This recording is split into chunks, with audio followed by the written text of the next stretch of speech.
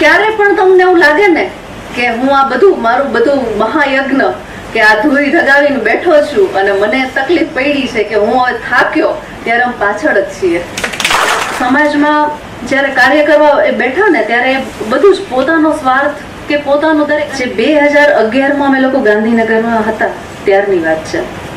ત્યારે સરે કેવો અનુભવ કર્યો હતો, અનુભવ તો નહીં પણ એવું કહેવાય કે અત્યારે કોઈ આ વસ્તુ ન કરી શકે. ક્ષત્રિય સમાજમાં આવું કરવું, એક જે યુપીએસસી ની બેચ શરૂ કરી એમાં દીકરા દીકરીઓ એક જ સાથે એક બિલ્ડિંગમાં રાખવા, અત્યારે તમે વિચાર કરો એટલે સ્ટ્રેન્જ લાગે કોઈને પણ. અને એ કેવા કે જે ગ્રેજ્યુએટ છે, એમાં હું પણ હતી અને અહીં ઘણા બધા ઉપસ્થિત છે મારા સહકર્મી સહપાઠીઓ ત્યારના. અમે એક જ બિલ્ડિંગમાં એક જ ફ્લોરમાં રહેવાનું. પહેલા તો હું મેરિડ હતી, મારે બેબી હતી, તો પણ હું ત્યાં ગઈ ને ત્યારે મને એમ થયું હું અહીંયા કેમ રહીશ.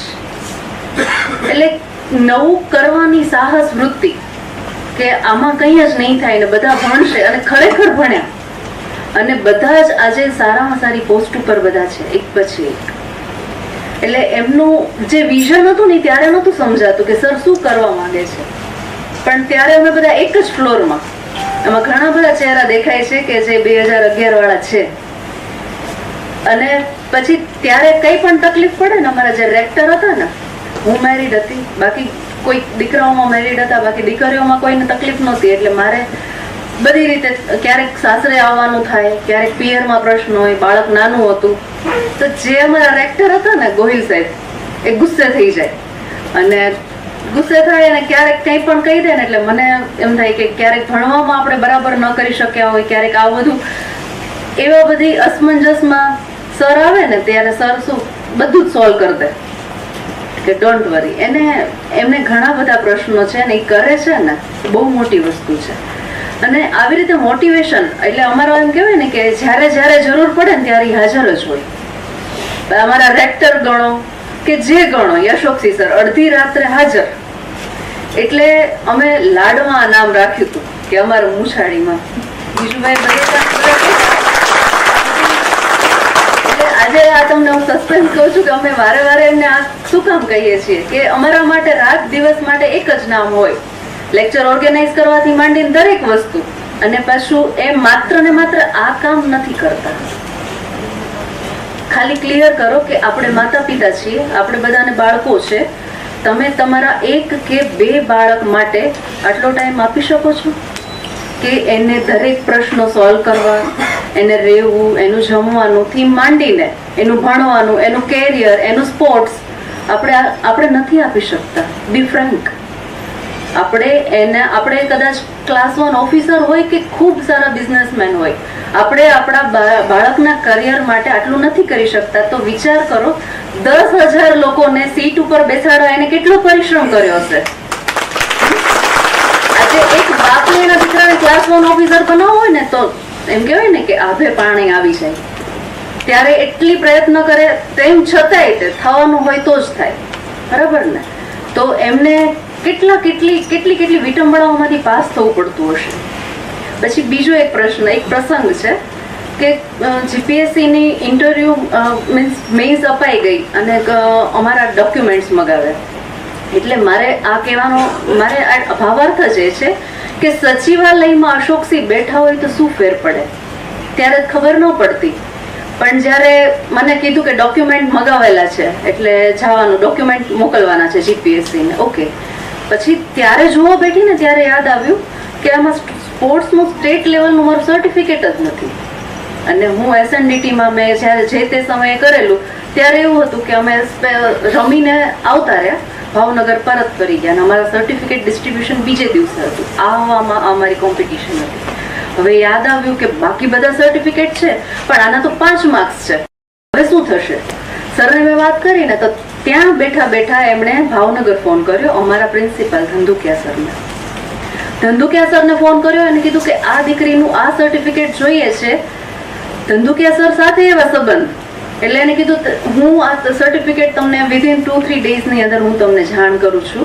હવે એ બધી અલગ વાત છે, પણ પર્સનલ કોઈ એક દીકરી માટે આવી રીતે એક પોતે સચિવાલયમાં બેઠા છે, ઓલરેડી ઘણું જ બધું કામ છે એમને.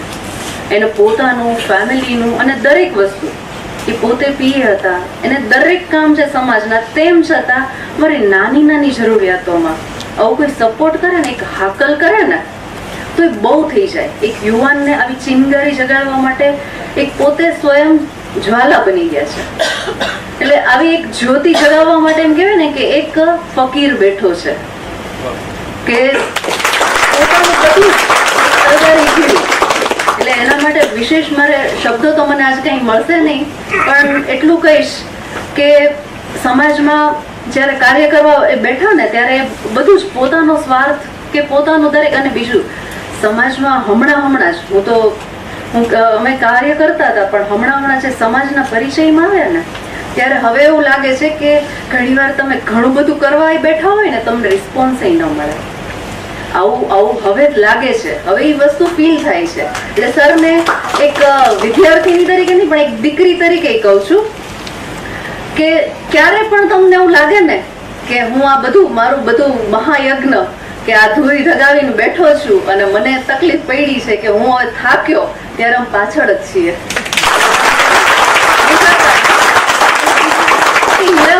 જાણવા હોય હીરાની કિંમત, સોનાની કિંમત તો આપણને દરેક સોની કરી દે, પણ પારસમણીની કોઈ કિંમત ન હોય.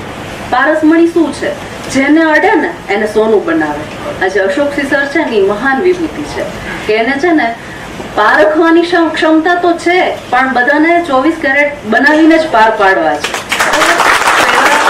ગુરુવર્ય માટે એક શ્લોક કહીને મારા શબ્દો ટૂંકાવીશ, કેમ કે ઘણા બધાને સાંભળવા છે અને આટલા સરસ જ્ઞાનની વાતો થતી હોય ને એના અશોકસિંહ સરના જીવન વિશે સાંભળવા મળતું હોય તો પછી હું મારા શબ્દોને નહીં વિરામ આપું છું.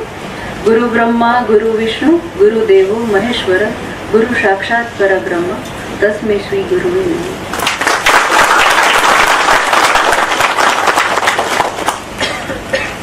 ધન્યવાદ ભક્તિબા, ને ખૂબ સુંદર વાત કરી કે આ રેફરન્સ તો ભાવનગરનો આવી જ ગયો ગુરુજી ઉછાળીમાં. મારી વાતમાં આગળ લેવાનો હતો, બેને જરા ઉતાવળ કરી દીધી. એનીવે, પણ એક હકીકત છે, આ ખૂબ લાંબી મઝલની સફળતાને પામવી એ એટલી નાની સૂની વાત નથી. કેમ કે પરિવાર પણ એમની કંપની ઝંખતો હશે. એ પરિવારને પણ હું સલામ કરું છું અહીંયાથી કે જેમણે અશોકસિંહ સાહેબને સમાજ માટે રમતા મૂકી દીધા. એમના ત્યાગને તો ઓછો મૂકવાની સહેજ પણ જરૂર નથી. સમાજ માટે આ ફકીરનું યોગદાન આપી દીધું. બેન કવિતાબા, ભાઈ ચંદ્રમૌલીભાઈ હાજર છો આપ અત્યારે? હા, જરા યસ સાહેબના દીકરા. એ લાખ લાખ વંદન કરીએ છીએ આપના ત્યાગને. અને સમાજને એક એવી પ્રતિભા મળી